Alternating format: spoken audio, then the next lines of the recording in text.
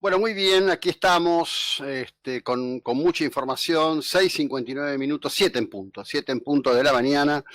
El cielo está despejado en Mar del Plata, fría la mañana, pero bueno, dentro de todo tolerable, 6 grados 5 sobre cero, 87% la humedad, la presión atmosférica 1014 mediana hectopascales, los vientos del oeste a 5 kilómetros en la hora y la visibilidad perfecta 10 kilómetros. Estamos en este inicio, en este encuentro, en este día 1 de junio, un día más, también un día menos, con un escenario enorme, enorme, variopinto, de situaciones que tienen que ver con la República Argentina y con el contexto de lo que ocurre en todo el mundo. En el día de ayer, buena parte de la humanidad, la que sigue de cerca los temas de interés que tienen que ver con la economía, suspiró aliviada, luego del acuerdo al que arribaron la presidencia de Joe Biden y el líder de la Cámara de Representantes, el republicano McCarthy, en torno a elevar el techo de la deuda de los Estados Unidos. Esto tiene que ver con algo que podría haber afectado justamente el movimiento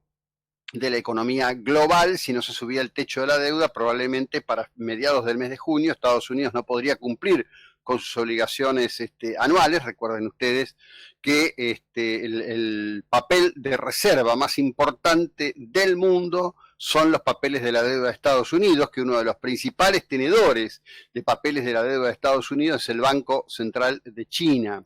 Bueno, esto es un tema obviamente de enorme y gran alivio. En relación a este tipo de situaciones que quizás en el escenario de cobertura mediática de la Argentina en líneas generales pasa como inadvertido, bueno, había un enorme volumen de información en los últimos días con analistas, opinólogos, todo esto la verdad que a nivel global presentado como si fuera la primera vez que ocurre. Esto ya pasó en el segundo gobierno de Bill Clinton, también pasó en el segundo gobierno de George Bush hijo. Es decir, Estados Unidos está acostumbrado a lidiar con estas cuestiones. Esto también es un reflejo de que Estados Unidos tiene probablemente el déficit primario global más importante del mundo, solamente apalancado en un billete que dice en Dios creo, ¿no? Que es todo el respaldo que tiene después de que unilateralmente Richard Nixon eliminara el oro como respaldo del Banco Central de los Estados Unidos, un tema que comenzó a ser seguido por los bancos centrales del resto del mundo. Digo esto, en una Argentina metida en su propio nicho, metida en sus propias necesidades.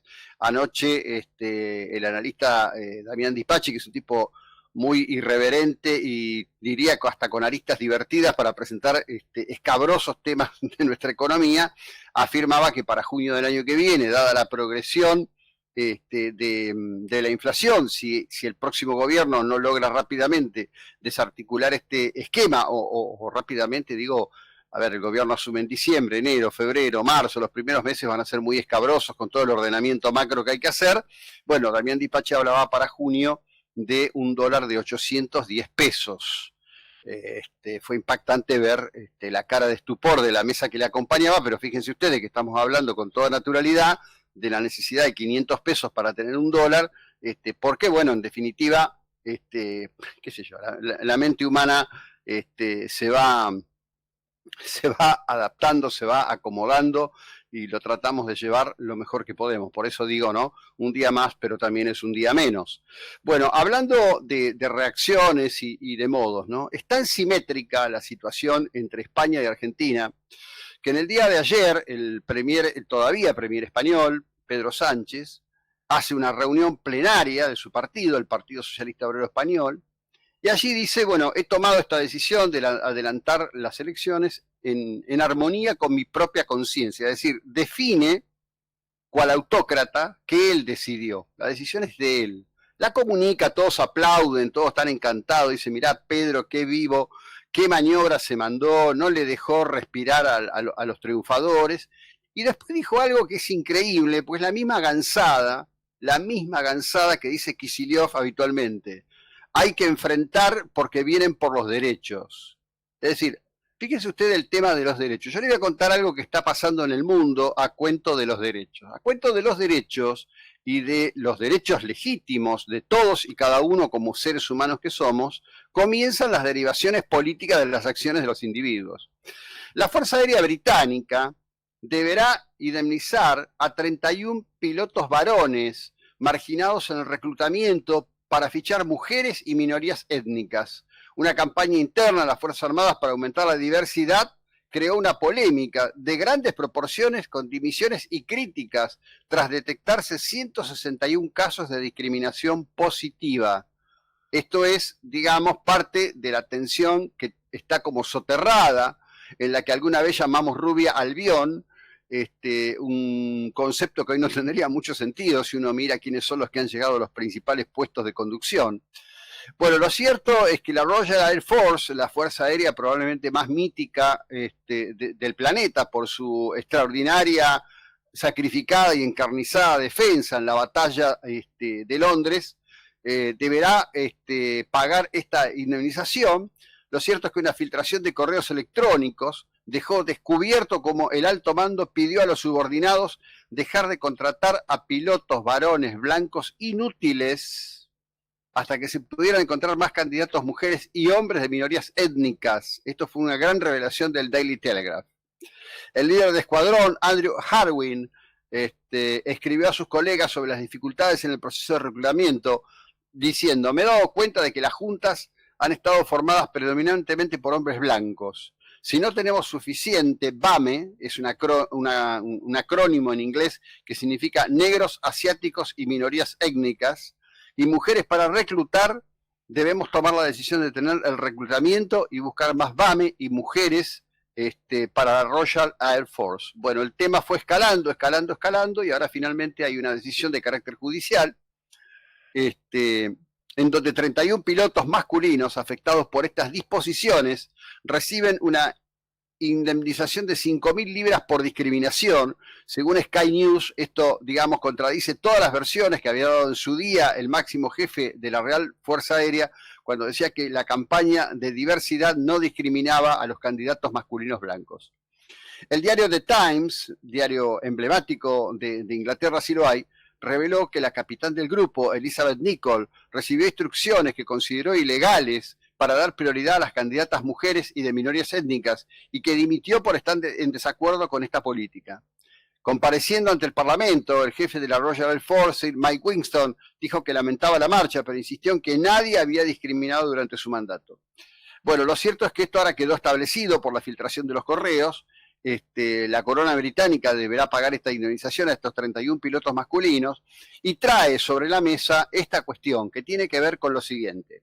En aras de los derechos, y está muy bien que haya derechos, en aras de los derechos, y está muy bien que se incorporen y se respeten, en aras de los derechos que dice que todos somos iguales, podemos empezar desde nuestros textos religiosos, que todos somos iguales a los ojos de Dios, todos debemos ser iguales a los ojos de la ley, que en definitiva es el marco al que todos nos debemos en cualquier circunstancia y organización social o política de la que se trate.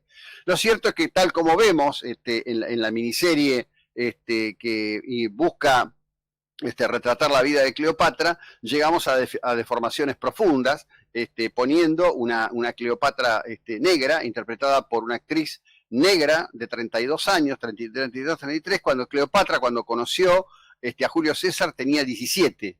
Y además poniéndola como una suerte de adalid del pueblo bajo egipcio, cuando verdaderamente la historia dice que ella, a sí misma, como todos los Ptolomeos, herederos mediante la ocupación por la guerra de Egipto y constituyendo una dinastía griega, ¿sí? Tenían muy poca llegada, muy poca relación o muy poca idea de lo que tiene que ver con las cuestiones referidas a estos temas como los entendemos hoy. Es decir, se hacen dos aculturizaciones, dos aculturizaciones muy fuertes. Una de esas aculturizaciones muy fuertes es la que tiene que ver con esta idea de tomar los parámetros del mundo de hoy como si hubieran transcurrido en el pasado. La visión de los romanos era una visión imperial, la visión de los egipcios era una visión divina, y en nada de eso tenía que ver el pueblo bajo, que era como un mero instrumento de ese poder. Es decir, estas condiciones que vemos hoy, que vivimos hoy, son exclusivas de este tiempo. Bueno, toda esa deformación que se enmarca en lo que en el acrónimo anglo se denomina como cultura woke, está trayendo tensiones y deformaciones fenomenales. Ustedes piensen que en una Europa hoy metida en un contexto de guerra, probablemente estén subiendo a los aviones de la RAF, ¿sí? No las personas más capaces, sino las personas que por su rango identitario, alguien decidió políticamente que deben estar allí. Flor de disparate. Bueno, sobre esa idea de que hemos construido derechos, dice Pedro Sánchez, vamos a enfrentar a los que quieren quitar los derechos, ¿no?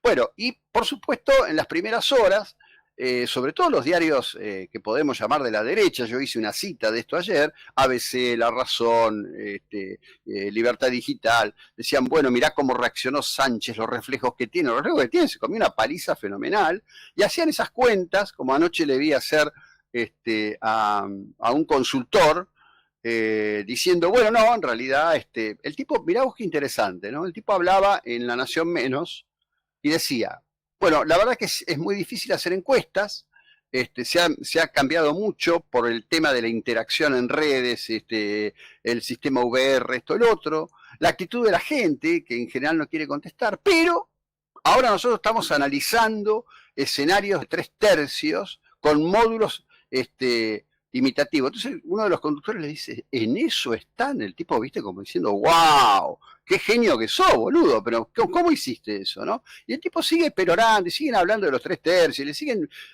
farfullando a la gente, diciendo cosas que no tienen ningún sentido. Miren, ayer hacíamos un escenario con un amigo y se los transmito a ustedes, y háganlo y después si quieren nos cuentan. Pregúntense ustedes mismos y pregúntenle a la gente que conozcan cuántos están dispuestos a votar a Rodríguez Larreta. No en esas aplicaciones de Twitter donde, digamos, en muchos casos empiezan a jugar los intereses, ¿viste?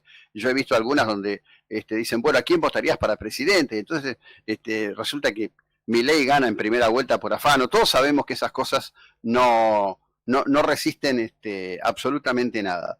Bueno, en el tema de la cuestión de los derechos, que es un temita que le gusta a Kicillof y a Kreplak, dice, no, vienen por los derechos. Bueno, resulta que hoy con ellos, que según ellos son los gobernantes de los derechos, no tenemos derecho a tener pediatra, no tenemos derecho a tener una política de salud seria, cierta, en materia de salud mental.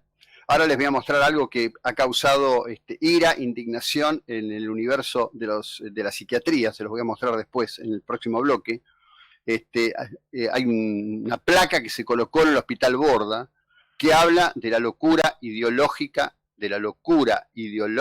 de toda esta gente. Es una cosa muy llamativa, ¿no? Muy llamativa. No solo lo decían acá en Mar del Plata, sino que ayer escuché a varios funcionarios de Capital Federal.